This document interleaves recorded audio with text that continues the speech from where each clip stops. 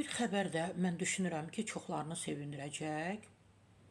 Bəzi addımlar atılır da, bir cüzi də olsa, amma bu addımlar doğrudan da sevindirici addımlardır.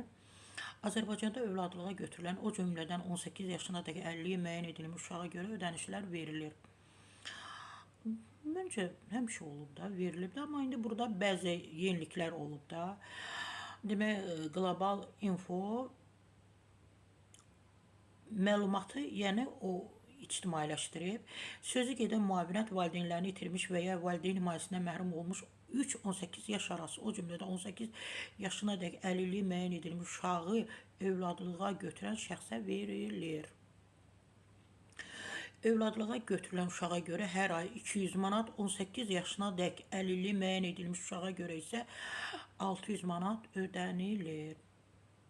Bu 2021-ci il yanvarın 1-dən tez olmamaqla uşağın 18 yaşı tamam olan ayın sonuna dək təyin edilir.